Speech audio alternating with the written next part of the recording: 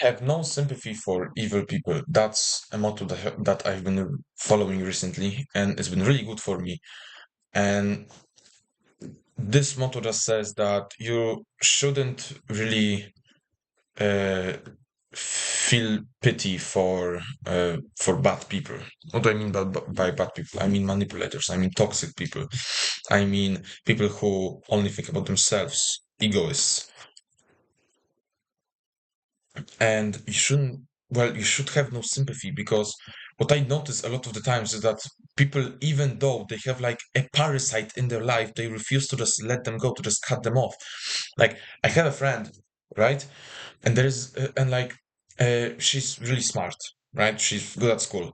And there is this other girl in my class that just keeps asking her for homework, right?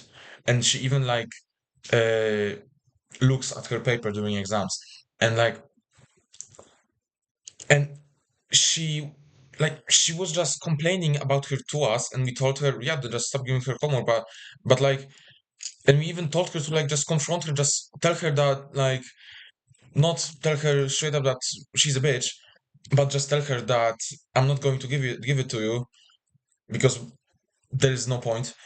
But she was like, oh yeah, I don't want to come off as an asshole. So I just thought to myself, like, why do people think that? And I don't mean to be offensive towards my friend, because she's a really nice person. But I'm using this as an example to highlight a general problem. And it's, why would you just be kind to a person who's not kind to you and to others around them? Just cut them off. Have no sympathy for them. Do not help them. Do not. If they fix themselves, then yeah, you can maybe start being good to them again. But there is this guy in my class, right? He's a total bum. He doesn't learn. He cheats on every single exam. He's a dickhead too. He's a manipulator. He's toxic. He talks behind people's backs, right? And I'm much smarter than him when it comes to school. And we had to separate into groups, right? I was I was sitting in the I was sitting in my seat. There was my friend right next to me, and behind me was the guy, right? And he wanted to be with us. And I'm like, no.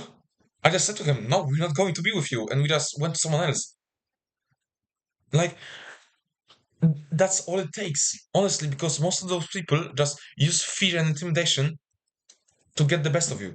To, yeah, literally the best of you, your knowledge. To literally just manipulate you and get what they want from you. So my advice is to just be cutthroat, honestly. Like, I don't know how else I can say it. If they're bigger than you, then train.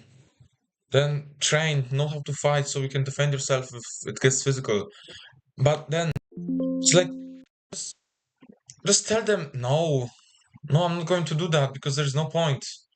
And if they get pissed off at you, then whatever. And then another issue is when people don't want to cut those toxic people off because they're kinda friends. No, if you want to cut someone off because they're toxic to you, and but you at the same time you don't want to because they're your friend, then just really logically think to yourself. Stop thinking emotionally and think logically. What benefit do I get from this relationship? What do I get? He makes me laugh sometimes. Okay, but so do 10 other people in your life. Oh, I go to the same school. And are you limited to just your school? Hello? Is your school your whole life? Just cut them off. And if they even tell you that, oh yeah, that if that person, that toxic person, flips it on you and just says that, oh yeah, I'm never going to talk to you again, then good. If they're toxic, good. I don't want toxic people in my life. Maybe that's just me, but I do not want narcissist manipulators in my life. I don't want them. I want them out as far from me as possible. And I think that if you respect yourself, then you should do the same thing because these people just piss me off so much. And yeah, that was a rant for me. And Spell do better and see ya.